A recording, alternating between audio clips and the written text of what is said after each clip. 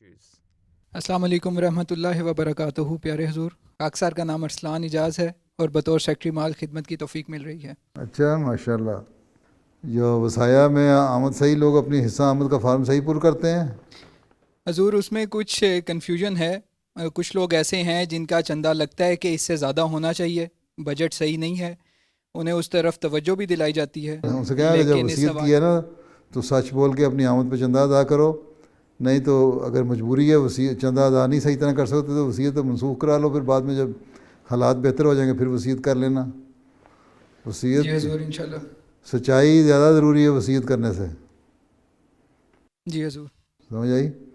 और जो चंदा आम देने वाले हैं वो हजूर, चंदा आम देने वालों में कुछ कमज़ोरी है। उसमें से अक्सर जो हैं वो नॉन अर्निंग मेंबर्स भी हैं। तो अक्सर का एतराज़ ये होता है कि हमें तो अलाउंस ही बहुत थोड़ा सा मिलता है जिसमें पूरा नहीं होता।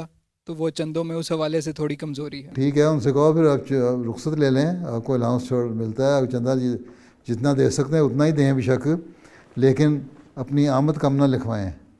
कह दें हमारी जो भी आमद है ना, हम उसके मुताबिक चंदा नहीं दे सकते और हमें कम शरह से चंदा देने की इजाज़त दी जाए, तो वो इजाज़त ले लें। मैं इजाज़त दे दिया करता हूँ हर एक को।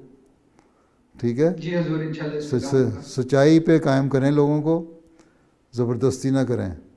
कोई टैक्स तो है जी नहीं है। जिनकी मजबूरियाँ हैं उनकी मजबूरी को ठीक है, उसको मान लेते हैं हम, लेकिन ये है कि फिर वो ये लिखें कि हमारी आमद के मुताबिक हम चंदा देना हमारे लिए मुश्किल है, इन हालात में हमें छूट दी जाए कि हम इसके मुताबिक चंदा इतनी शरह से दें, तो ले लिया करें। ठीक है। ठीक है सर।